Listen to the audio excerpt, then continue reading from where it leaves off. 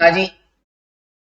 कल कहाँ तक हो गया था सर? कल है ना, और परसों है ना, हमने क्या क्या पढ़ा था लास्ट दो क्लासेस में?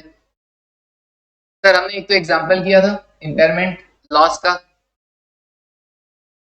तब अगर आपने पास्ट में रिवैल्यूएशन कर रखा होगा तब तो हमने कहा था उस इम्पेयरमेंट लॉस को आप क्या करेंगे, जितना रिवैल्यूएशन रिजर्व में बैलेंस है उतना तो रिवैल्यूएशन रिजर्व से विड्रॉ कर लेंगे और बाकी पीएनएल में ट्रांसफर कर देंगे। फिर उसके बाद हमने देखा इम्पेयरमेंट टेस्ट कब करना है, तो मैंने कहा तीन तो कंपलसरी टेस्ट, तीन केसेस में तो क्या है कंपलसरी है इम्पेयरमेंट टेस्ट करना। कौन कौन से प्रियांशी? पहला केस इंटेंजिबल एसेट अगर डेवलपमेंट फेज में हो, क्यों? क्योंकि उस पर अमोर्टाइजेशन स्टार्ट हुआ ही नहीं अभी तक, बन के तैयार हुई नहीं है अभी तक, रिकॉग्निशन क्राइटेरिया फुलफिल हुआ ही नहीं अभी तक। ओके, तो अमोर्टाइजेशन नहीं हो सकता, तो बट इम्पेयरमेंट जरूर टेस्ट होगा। हाँ, ओके। इनडेफिनेट लाइफ पीरियड है का इंटेंजिबल एसेट हो, पता नहीं लग सकता, तो अमोर्टाइज कैसे करेंगे? क्योंकि इंटेंजिबल एसेट में आपने पढ़ा था इंडेफिनेट लाइफ के लिए आप अमोर्टाइज नहीं करते, फाइनाइट लाइफ होगा तो जितने फाइनाइट लाइफ होगी उसके अंदर आप कर पाओगे। ओके, फिर उसके बाद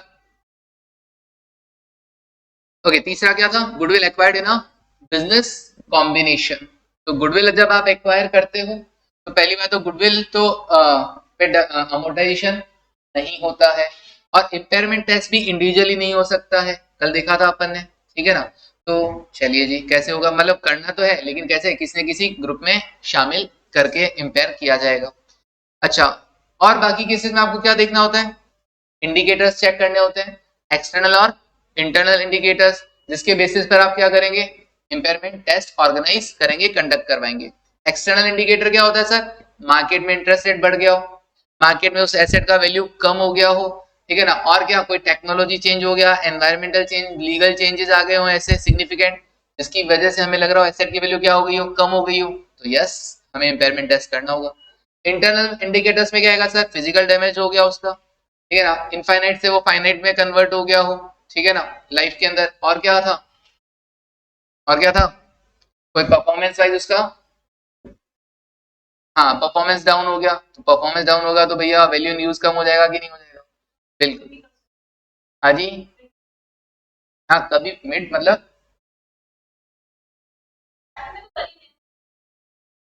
नहीं ये वाला तो है, इसमें तो हर साल करना है, हर साल, ठीक है ना? Annual impairment test, in case में तो आपको हर साल करना है। और बाकी एसेट्स में अगर कोई पीपीई के एसेट्स के बारे में अगर बात करें, उसमें पीपीई नाम नहीं है ना, इंटेंजिबल इंटेंजिबल गुडविल है, तो अगर मैं पीपीई की बात करूं, इन्वेस्टमेंट प्रॉपर्टी की बात करूं, तो भैया आपको इंडिकेटर्स जज करने होंगे। जब आपको लगे कि वाकई में ऐसा कुछ हुआ है, इंडिकेटर्स आपको साइन दे, तब आप क्या करना? इंपेयरमेंट टेस्ट कंडक्ट करना, अदरवाइज इंपेयरमेंट टेस्ट कंडक्ट मत करना। ऐसे हर साल इम्पेयर उठा के नहीं करना है अपने को इंपेयरमेंट टेस्ट, ठीक है ना? कब करना है? जब इंडिकेटर्स अपने को कोई साइन प्रोवाइड करवाए, ठीक है? उन तीनों केसेस में आपको एनुअल करना पड़ेगा, उसमें इंडिकेटर्स को चेक करने का जरूरत नहीं है। हर साल तुमको क्या करना है? इंपेयरमेंट टेस्ट करना ही करना है। चलिए, ओके। सर सीजीयू क्या होता है? सीजीयू जब एक अकेला एसेट रेवेन्यू जनरेट करके नहीं देता है, वो ग्रुप में रेवेन्यू जनरेट करता है, तो हम उस ग्रुप के लिए क्या बना देते हैं? एक सीजीयू डिफाइन कर देते हैं। और अब हम इंपेयरमेंट टेस्ट किस पे कंडक्ट करेंगे? सीजीयू पे एज अ होल करेंगे। ओके, सीजीयू में तो बहुत सारी एसेट होता है, तो इंपेयरमेंट कैसे किया जाएगा सर? रिकवरेबल अमाउंट मुझे सीजीयू का पता होगा, तो total book value, total carrying amount से रिकवरेबल अमाउंट को कंपेयर करके इंपेयरमेंट लॉस देख लूंगा, और इस इंपेयरमेंट लॉस को सारी एसेट्स में कैरिंग अमाउंट के रेशियो में बांट दूंगा। और फिर मैंने देखा कि allocation of goodwill to CGU, goodwill भी हो अगर तो उसको सीजीयू पे कैसे अलोकेट किया जाएगा? मैं कहा भैया गुडविल अगर आपने बिजनेस कॉम्बिनेशन में अराइज हुआ है तो आपको सीजीयू पे अलोकेट करना होगा। अगर आप कहते हैं कि वो किसी पर्टिकुलर सीजीयू से रिलेट कर रहा है, तो केवल उस सीजीयू की जो एसेट्स होंगे उनके साथ उस गुडविल को भी रख देना। ओके, किसी अगर जैसे हमने पहला केस देखा, केस वन केवल सीजीयू वन से रिलेट कर रहा था, फिर हमने देखा केस टू जिसमें सीजीयू वन से 25% और सीजीयू टू से 75% रिलेट कर रहा था, तो हमने जितना पोर्शन रिलेट कर रहा था उस सीजीयू में उसको इंक्लूड कर लिया। तीसरा केस हमने देखा था कि भैया हम बता नहीं सकते कि कौन सी सीजीयू में कितना बेनिफिट एक्चुअली मिल रहा है, तो मैंने कहा कि दो स्टेज में होगा इंपेयरमेंट टेस्ट। पहला स्टेज में तो आप सीजीयू वन सीजीयू को टू को क्या कर दो, तो उनका चेक कर लो, इंपेयर टेस्ट कर लो, इंपेयरमेंट टेस्ट कर लो विदाउट गुडविल। और फिर स्टेज नंबर टू के अंदर आप क्या करो? CGU1 CGU2 को रखो और साथ में रखो गुडविल को, और फिर इम्पेयरमेंट लॉस का टेस्टिंग कंडक्ट करो। क्लियर है बच्ची? बताया था। आज भी हम वैसे ही करने वाले हैं। आज गुडविल के लिए नहीं, आज किसके लिए? कॉर्पोरेट एसेट के लिए। सर ये क्या होता है? देखो, corporate asset just like administration office. अब वो एडमिनिस्ट्रेशन ऑफिस क्या हो रहा है? अलग अलग सीजीयू के लिए, सबके लिए काम आ रहा है कि नहीं आ रहा है? एक ऑफिस बना रखा है, ऑफिस के लिए अंदर आपके अलग अलग सीजीयू में वो ऑफिस CGU1 के लिए भी काम आ रहा है और CGU2 के लिए भी काम आ रहा है। तो ऐसे केस में क्या होगा? तो hashtag allocation of corporate assets to CGUs। भाई कल वाले 3 केसेस पढ़ेंगे अपन वापस, लेकिन इस बार गुडविल नहीं, सेम ऐसे ही है ना, बस गुडविल की जगह क्या आ जाएगा? कॉर्पोरेट एसेट आ जाएगा। लेकिन सेम ट्रीटमेंट अलग है ना, वरना तो मैं बोल देता जैसा गुडविल का ट्रीटमेंट है वैसा ही कॉर्पोरेट एसेट का ट्रीटमेंट है। Allocation of corporate asset,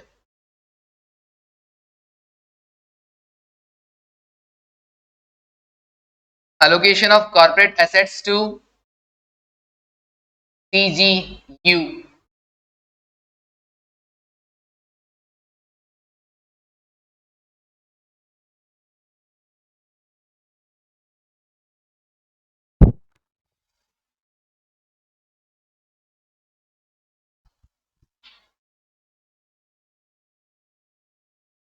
example क्या है कॉर्पोरेट एसेट का? Head office building, head office building, कोई एडमिनिस्ट्रेशन का बिल्डिंग, ठीक है ना, कुछ भी हो सकता है। एचओ बिल्डिंग लिख दिया। अब ये एचओ का बिल्डिंग सबके लिए काम आ रहा है अलग अलग, तो अपन लिखते हैं कॉर्पोरेट एसेट डू नॉट, जैसे गुडविल अपने आप में रेवेन्यू नहीं जनरेट करता था ना, वैसे ही कॉर्पोरेट एसेट भी, corporate assets do not. Sir एक से ज्यादा कॉर्पोरेट एसेट हो सकती है क्या? हाँ, corporate assets do not generate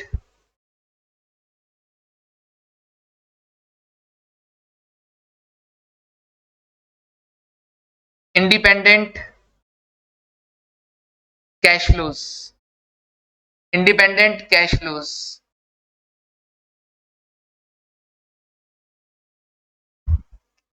therefore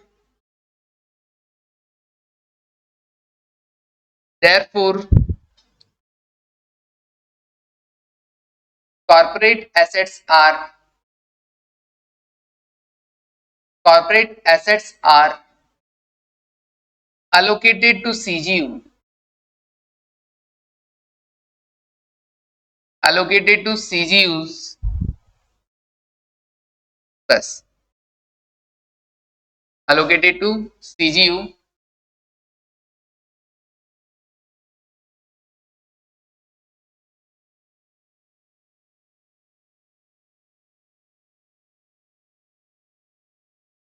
to which the asset belongs, to which the asset belongs। वही कल वाली बात, ये कॉर्पोरेट एसेट CGU1 से रिलेट कर रहा है या CGU2 से रिलेट कर रहा है? भाई केस 1, 2 और 3।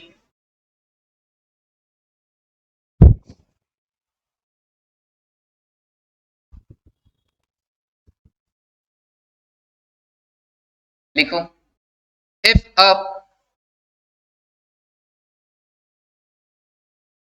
if a portion of corporate asset, if a portion of corporate asset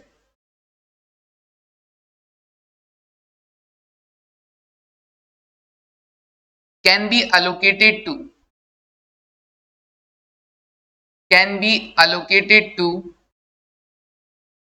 a CGU, then conduct impairment test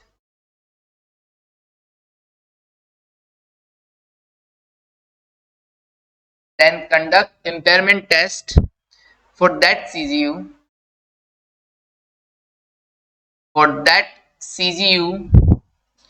including corporate asset,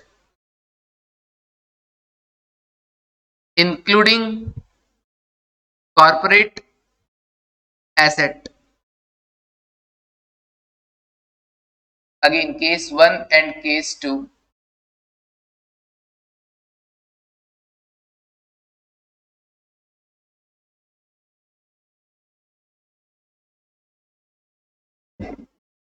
मतलब सर जैसे गुडविल था वैसे ही कॉर्पोरेट एसेट है ना, अलग अलग एसेट्स होगी भाई, लैपटॉप वाली, कैमरा वाली, ठीक है ना, वही राइटिंग पैड वाली, उसके बाजू में एक नाम और लिख देना कॉर्पोरेट एसेट, जितना कॉर्पोरेट एसेट का पोर्शन उस सीजीयू से रिलेट कर रहा हो वो वैल्यू लिख देना।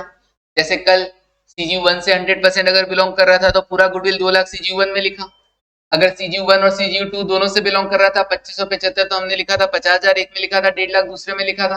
सेम वैसे आज करना है, कॉर्पोरेट एसेट का जितना भी वैल्यू होगा अगर केवल वो किसी एक सीजीयू से रिलेट कर रहा है तो 100% उस वाले में लिख दो, अगर थोड़ा थोड़ा कर रहा है सीजीयू 1 सीजीयू 2 से तो थोड़ा थोड़ा जितना जितना रिलेट कर रहा है उतना उतना लिख दो और फिर इंपेयरमेंट टेस्ट कर लो। लेकिन जैसे गुडविल में होता था ना कि पहले गुडविल को राइट ऑफ करो, इसमें ऐसे नहीं होगा। गुडविल को राइट ऑफ करने का लॉजिक होता है, पहले ऑब्वियसली पहले जाएगा तो कौन जाएगा, पहले लॉस हो रहा है तो पहले कौन सी चीज खत्म होगी, गुडविल ही खत्म होगी ना, बाद में बाकी एसेट्स पे खत्म करना होता है, ठीक है ना। यहाँ पे तो ये कॉर्पोरेट एसेट है तो इसको पहले खत्म नहीं करना, जैसे लैपटॉप है, कैमरा है, वैसे भी कॉर्पोरेट एसेट भी मेरा एसेट है, पीपीई है, इंटेंजिबल एसेट तो नहीं है ना, तो इसको तो अपन पहले खत्म नहीं करेंगे, कैरिंग अमाउंट के रेशियो में ही खत्म करेंगे, ठीक है ना। तो इसमें ये फर्क है, कल पहले गुडविल खत्म कर रहे थे, आज गुडविल पहले खत्म नहीं करना, आज अपने को क्या करना है, पहले सबको कैरिंग अमाउंट के रेशियो में ही खत्म करना है। ओके चलिए फिर दूसरा, if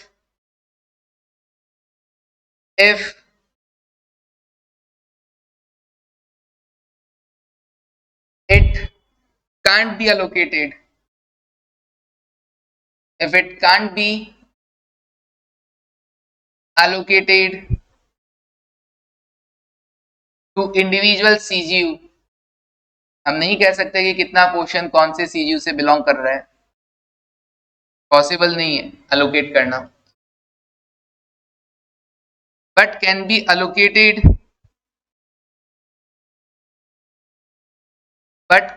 allocated to group of CGUs,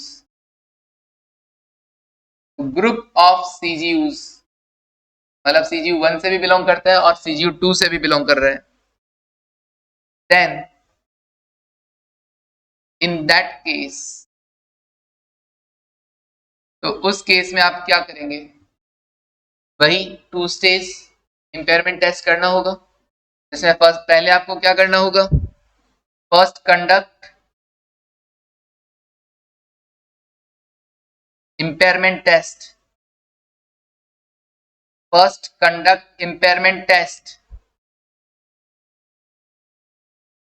of all individual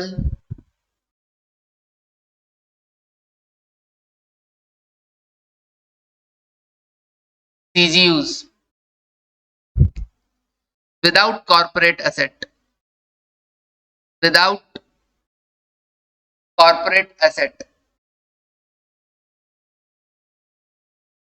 पहले तो आप ये मानना कि कोई कॉर्पोरेट एसेट है ही नहीं, CGU 1 CGU 2 को क्या कर लेना, इंपेयरमेंट टेस्ट कर लेना, और फिर बी पार्ट, जब वो इंपेयरमेंट टेस्ट हो जाए फिर उनका जो रिवाइज अमाउंट आएगा, रिवाइज कैरिंग अमाउंट, उनको लेते हुए आपको क्या करना है, CGU 1 CGU 2 और बाजू में क्या रखना है, कॉर्पोरेट एसेट को रखना है, और फिर आपको फिर अगेन इंपेयरमेंट टेस्ट करना है।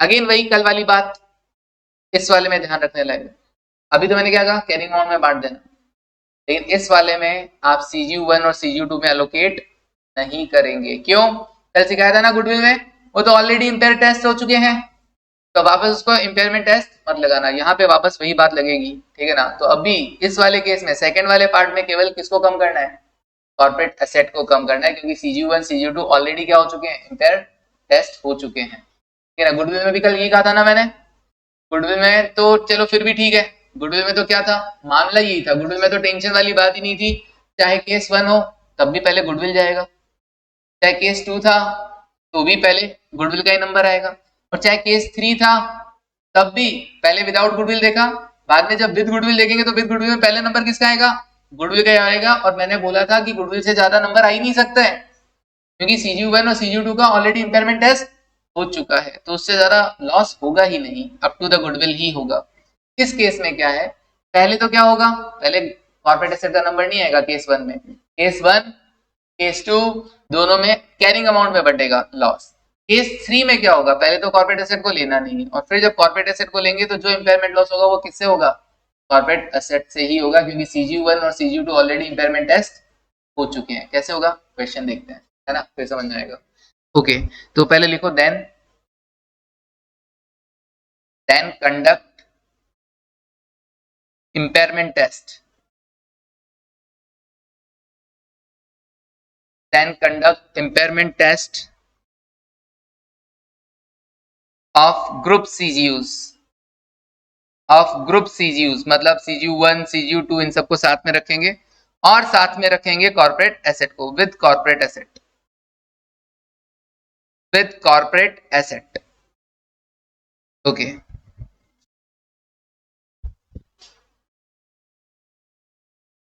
अब 1 बाय 1 केस 1 2 और 3।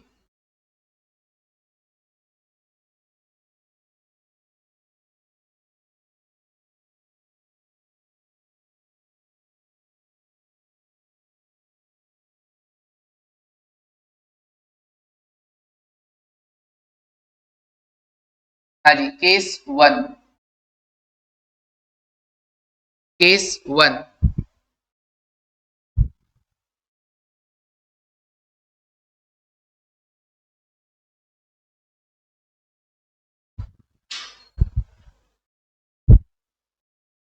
कल घूमे तो नहीं थे ना तुम्हारे दिमाग में लैपटॉप कैमरा वगैरह?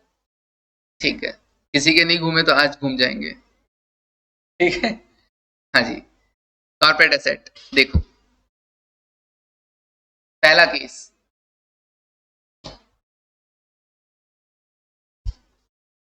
Benefit is only given to CGU1, benefit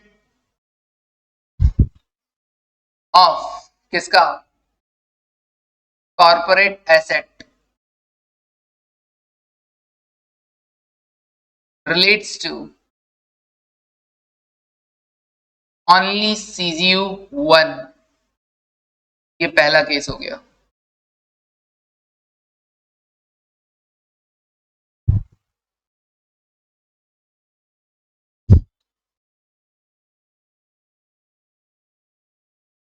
corporate asset का वैल्यू है 10 लाख,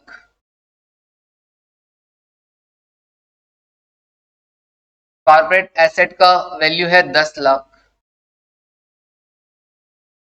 और आपका CGU1 में है laptop camera, writing pad, laptop camera, writing pad, कितना था कैरिंग अमाउंट, कैरिंग अमाउंट के लिए केवल CA लिख दे चलेगा क्या, CA का मतलब कॉर्पोरेट एसेट तुम नहीं समझ लोगे ना तुम लोग, CA का मतलब कैरिंग अमाउंट, ठीक है, और RA का मतलब रिकवरेबल अमाउंट, कम में टाइम में हो जाएगा ना, 10 लाख 5 लाख 5 लाख।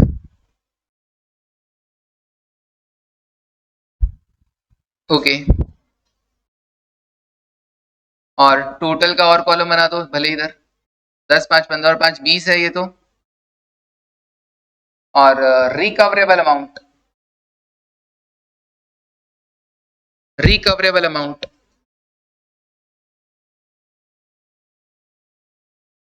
कितना, 24 लाख,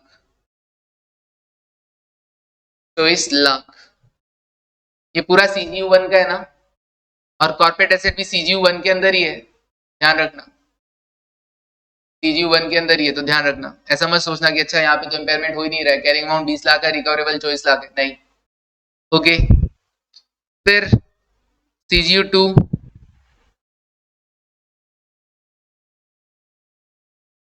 CGU2 का तो कोई रोल ही नहीं है यहाँ पे, क्या क्या था? मैकबुक, माइक और प्रोजेक्टर।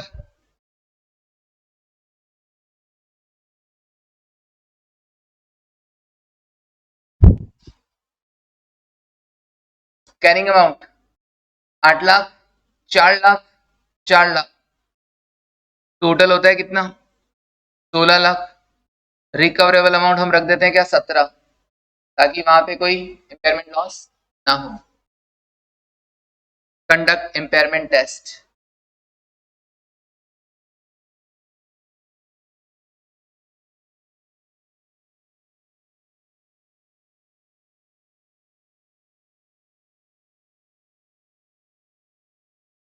देखो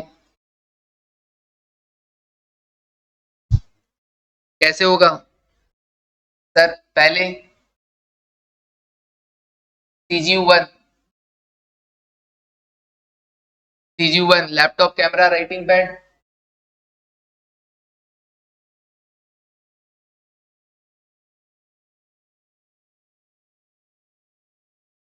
लैपटॉप कैमरा और राइटिंग पैड, लैपटॉप कैमरा और writing pad.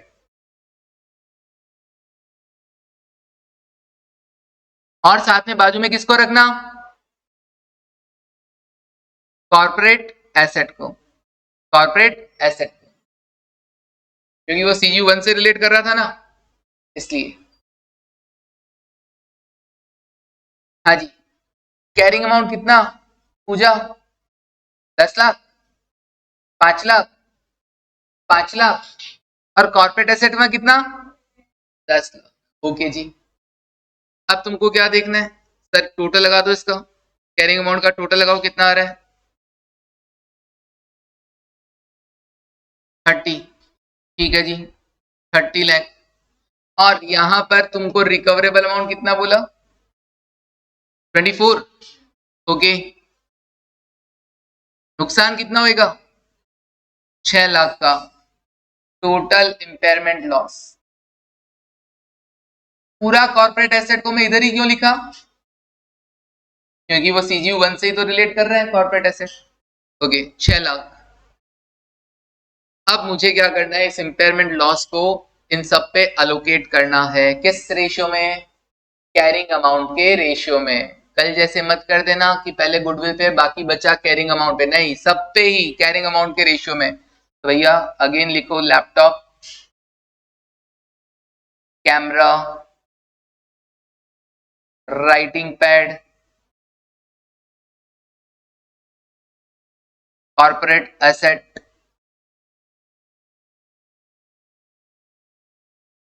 Total 10 lakh. Carrying amount 10 lakh, 5 lakh, 5 lakh, 10 lakh, total 30 lakh. और जो इंपेयरमेंट लॉस है लेस, इंपेयरमेंट लॉस कितना? 6 लाख रुपए का। तो लेस करो, 30 माइनस 6, 24 लाख। और ये 6 लाख किस रेशियो में? 10, 5, 5, 3 के रेशियो में। 10, 5, 5, 10 के रेशियो में। अच्छा जी।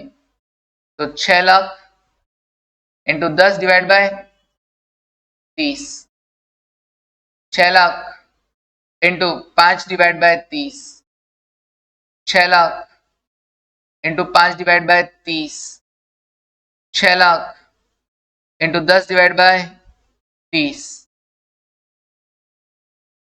कितना कितना? 2 लाख, 1 लाख, 1 लाख, 2 लाख। कितना आएगा revise carry amount? 8 lakh, 4 lakh, 4 lakh, 8 lakh. Revised carrying amount, revised carrying amount.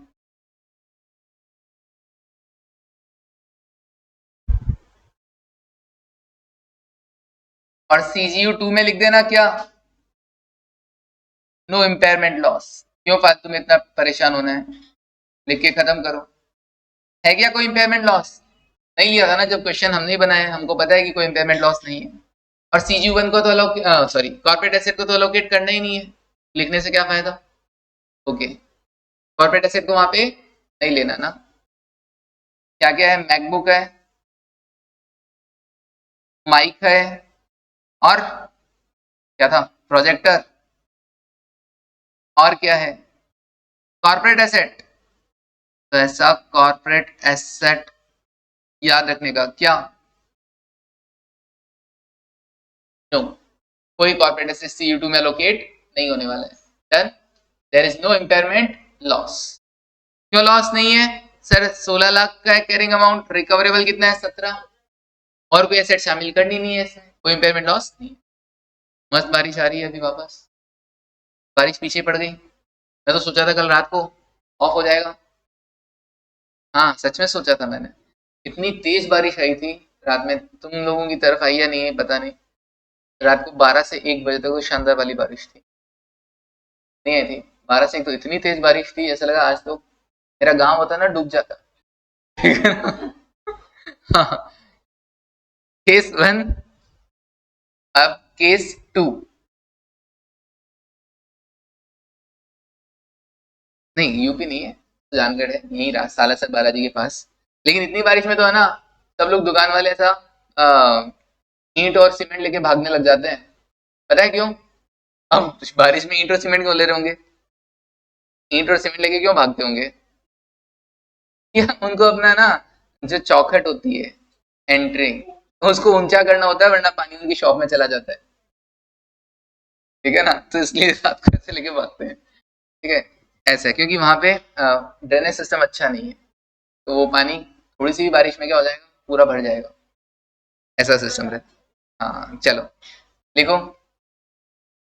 Okay Pooja, benefit of corporate asset, benefit of corporate asset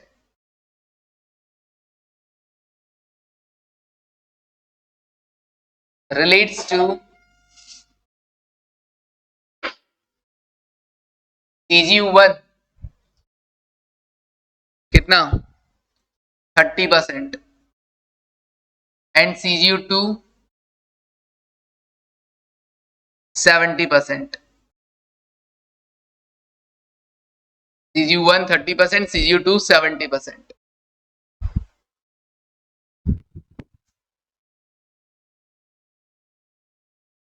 okay, अब देखो CGU1 में तो वही डेटा है सब, लैपटॉप,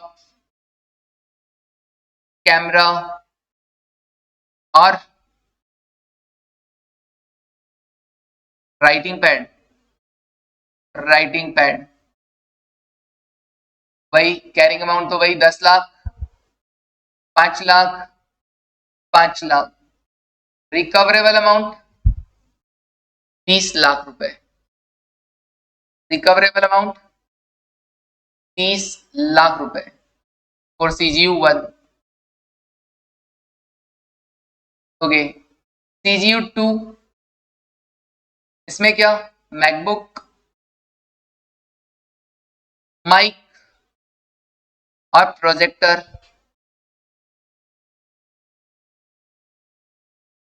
कैरिंग अमाउंट वही अपना 8 लाख, 4 लाख, 4 लाख।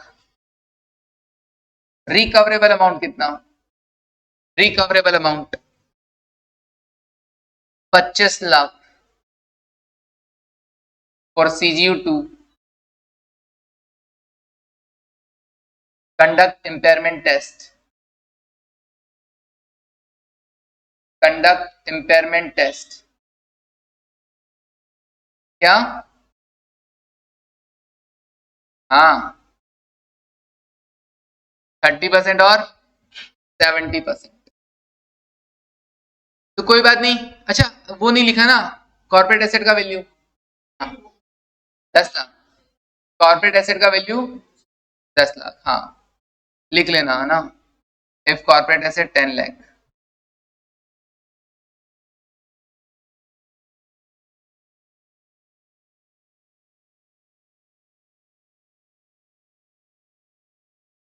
कॉर्पोरेट एसेट का वैल्यू कितना, 10 लाख।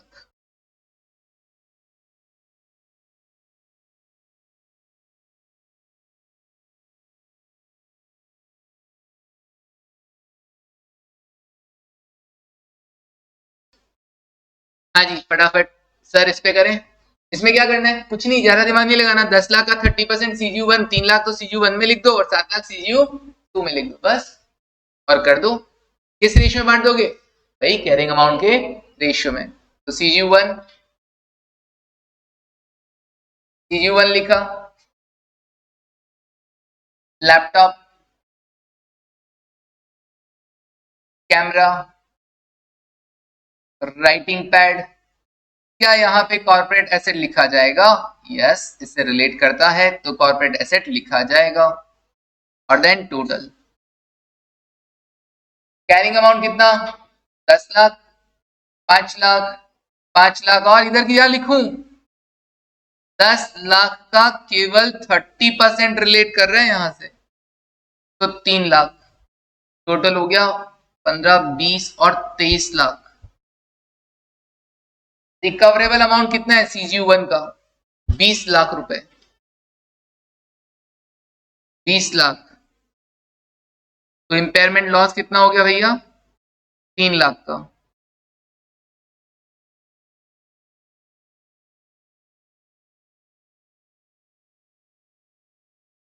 इंपेयरमेंट लॉस कितना हो गया, 3 लाख का।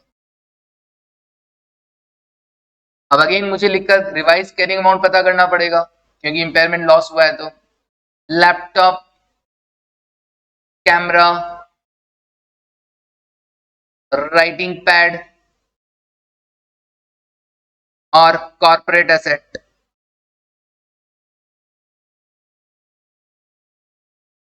Total carrying amount 10, 5, 5, 3, 10, 5, 5, 3, total 23। इसमें से इंपेयरमेंट लॉस है 3 लाख का, लेस इंपेयरमेंट लॉस। लेकिन इंपेयरमेंट लॉस लेस कैसे होगा, 3 लाख को क्या करना पड़ेगा, इनकी बुक वैल्यू के रेशियो में बांटना होगा। 3 लाख इंटू 10/23,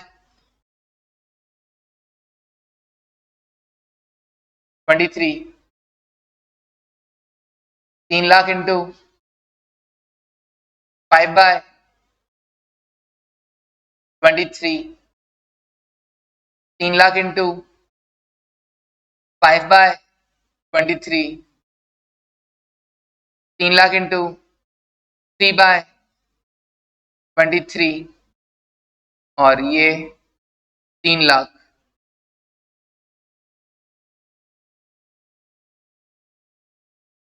ये आ जाएगा आपके पास revised carrying amount, revised carrying amount. 3 lakh into 10/23 करके बताना, 2 पॉइंट्स में बता देना, या तो ज्यादा से ज्यादा और क्या है।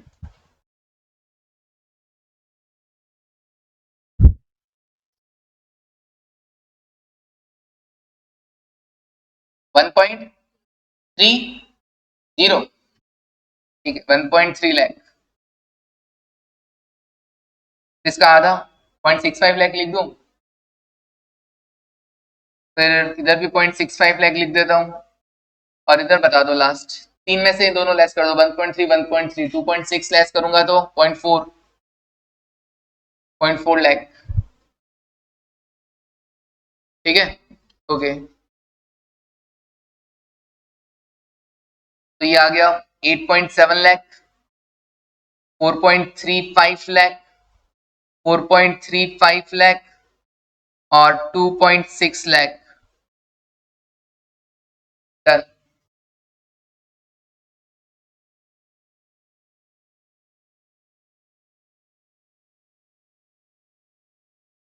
CGU2 में भी टेस्ट करना पड़ेगा ना, पिछली बार तो सीधा सीधा लिख दिया था नो इम्पेयरमेंट लॉस। इस बार कॉर्पोरेट एसेट को शामिल करके देखो इम्पेयरमेंट लॉस है कि नहीं है।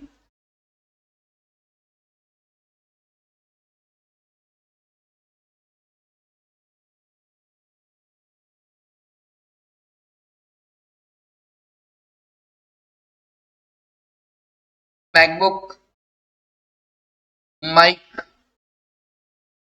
प्रोजेक्टर और कॉर्पोरेट एसेट।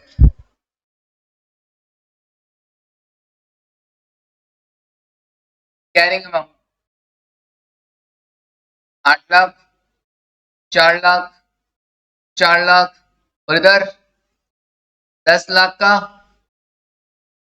70%, 7 लाख। टोटल कितना? 12 और 4 16 और 7 23। ओके, और रिकवरेबल अमाउंट कितना बोला? 25। There is no impairment loss, no impairment loss. तो क्या कैरिंग अमाउंट को रिवाइज करना होगा? नो।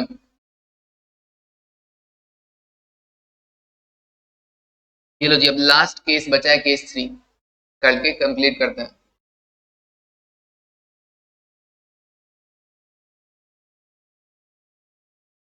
केस 3,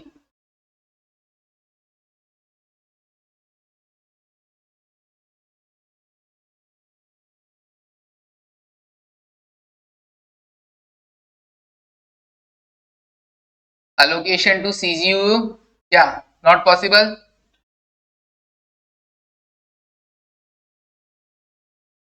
CGU पे allocation पॉसिबल नहीं है।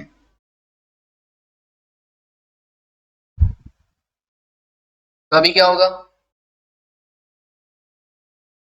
कॉर्पोरेट एसेट वही 10 लाख की है,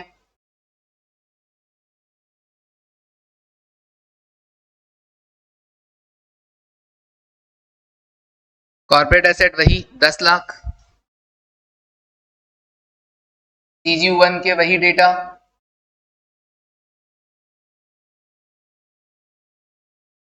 लैपटॉप, कैमरा और राइटिंग पैड। अब लास्ट में छोटा सा क्यों लिखना, पूरा लिख देता हूँ, राइटिंग पैड। अब तो लास्ट केस बचा है, और ठीक है, कैरिंग अमाउंट लिख दो, वही 10 lakh, 5 lakh, 5 lakh. Recoverable amount 18 lakh for CGU 1, फिर CGU 2, MacBook,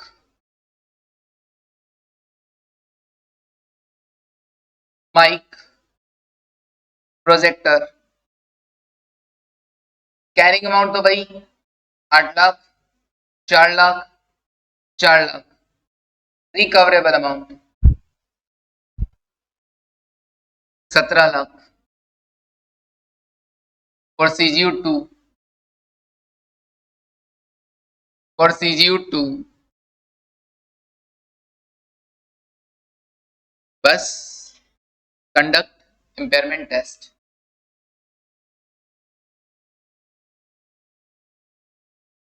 conduct impairment test.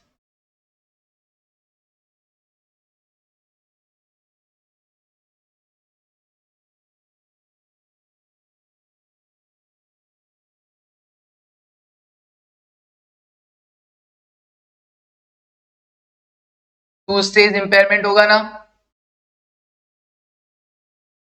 क्या लास्ट में? अच्छा, वो नहीं दिखा क्या? वो तो लिखो।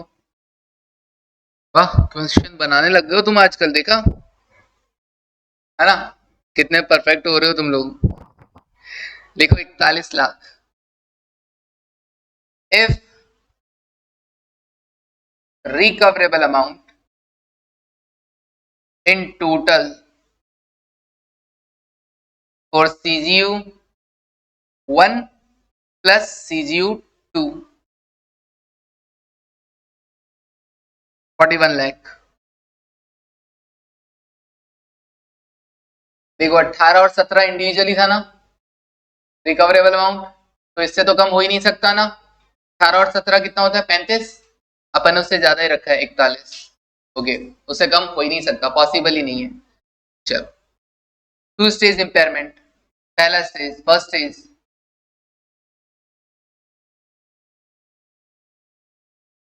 फर्स्ट स्टेज क्या होएगा?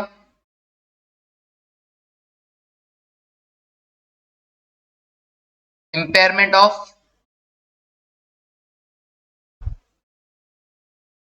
impairment test for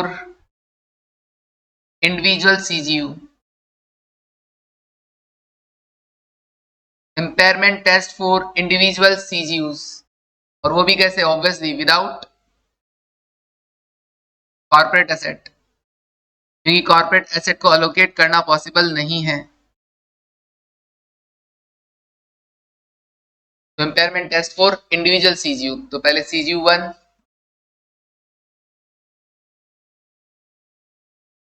laptop, camera,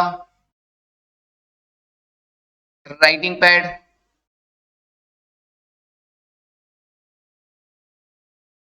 कोई कॉर्पोरेट एसेट है नहीं। Carrying amount 10 lakh, 5 lakh, 5 lakh. Recoverable amount total में देखो 10, 5, 15 और 5, 20। रिकवरेबल कितना था? 18 लाख। 18 लाख, तो लॉस हो गया है 2 lakh.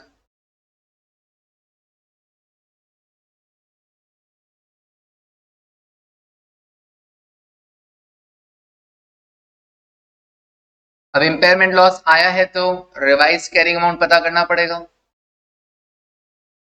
Laptop, camera, writing pad और total. Carrying amount 10 lakh, 5 lakh, 5 lakh, total 20 lakh. Less कर देता हूं 2 लाख। 2 लाख किस रेशियो में? कैरिंग अमाउंट के रेशियो में।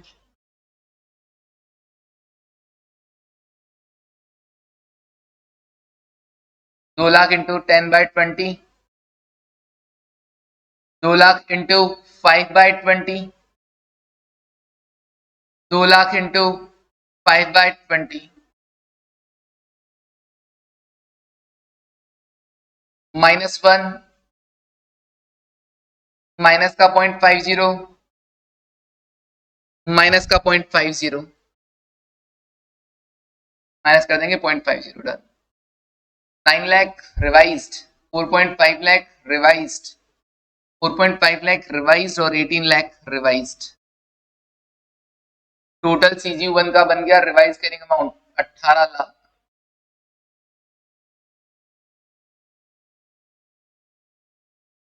अब सीजीयू 2 के लिए देखते हैं।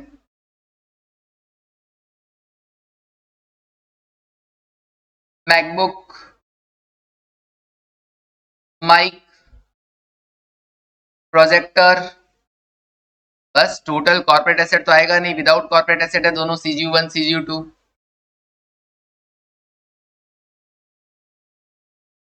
कर लिया ना यहां तक? मेरे से पहले कर लेते हो खैर तुम लोग तो। 8 लाख, 4 लाख, 4 लाख, कितना हुआ? 16 लाख। रिकवरेबल अमाउंट कितना है टोटल में? 17 लाख सीजीयू 2 का। चलो लेस लिखने की जरूरत नहीं, 17 लाख है। No impairment loss.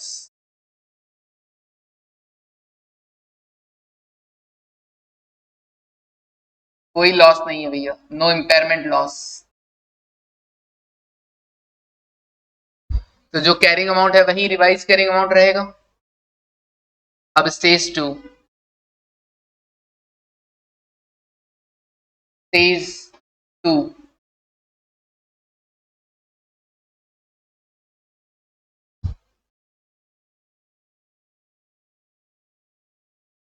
Impairment test for group of CGUs. पहले तो इंडिविजुअल था, now group of CGUs with corporate asset, with corporate asset.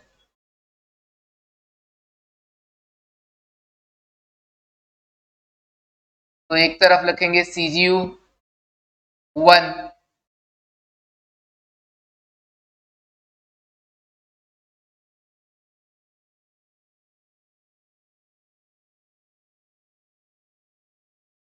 एक तरफ रखेंगे सीजीयू 2।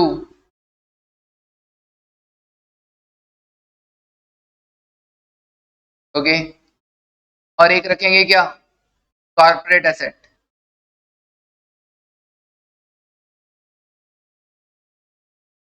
टोटल कैरिंग अमाउंट कौन सा वाला आएगा यहाँ पे, रिवाइज वाला। CGU1 का टोटल 18 लाख, रिवाइज वाला कौन सा वाला सर, ये वाला रिवाइज कैरिंग अमाउंट 18 लाख। और CGU2 में था नहीं कुछ इंपेयरमेंट लॉस, तो 16 लाख ही रिवाइज कैरिंग अमाउंट आ जाएगा। कॉर्पोरेट एसेट 10 लाख की है, 18, 16, 34 और 10, 44, 44 लाख। रिकवरेबल अमाउंट कितना, 41 लाख।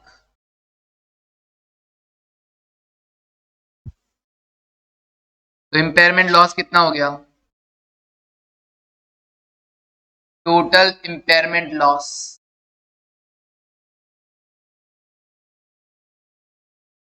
3 लाख। और किससे करोगे, क्या अभी भी कैरिंग अमाउंट के रेशियो में करोगे, तो लिख देंगे this impairment loss of rupees 3 lakh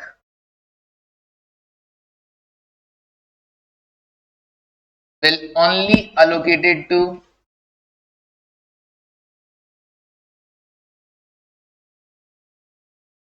corporate asset, will only allocated to corporate asset।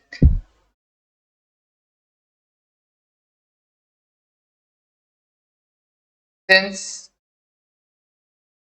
CGU1 and CGU2 are tested individually,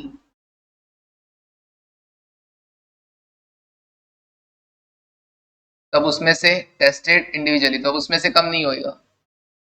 ठीक है जी, गुडविल में भी यही लिखा था अपन ने लास्ट में। हाँ जी, लास्ट वाला केस तो सेम हो गया देखा जाए तो, गुडविल और इसका, है ना। और पहले जो केस 1 और 2 है उसमें ध्यान क्या रखना है, गुडविल में एलोकेट करना है पहले, और कॉर्पोरेट एसेट में सब में प्रोपोर्शनेटली बांटना है बस। अब तो मैं रट गया होगा ये सब। चलिए, तो फिर आज के लिए इतना ही, कल आगे बढ़ेंगे और देखेंगे रिवर्सल ऑफ इंपेयरमेंट लॉस। आज तो तुमने कम कर दिया एसेट का वैल्यू, कल को फिर एसेट की वैल्यू बढ़ जाए तो उस केस में, ठीक है ना, रिकवरेबल अमाउंट ज्यादा हो जाए तो उस केस में क्या होगा, इंपेयरमेंट लॉस का रिवर्सल कैसे होगा, अकाउंटिंग वगैरह देखते हैं। चलिए, okay, thank you, take care and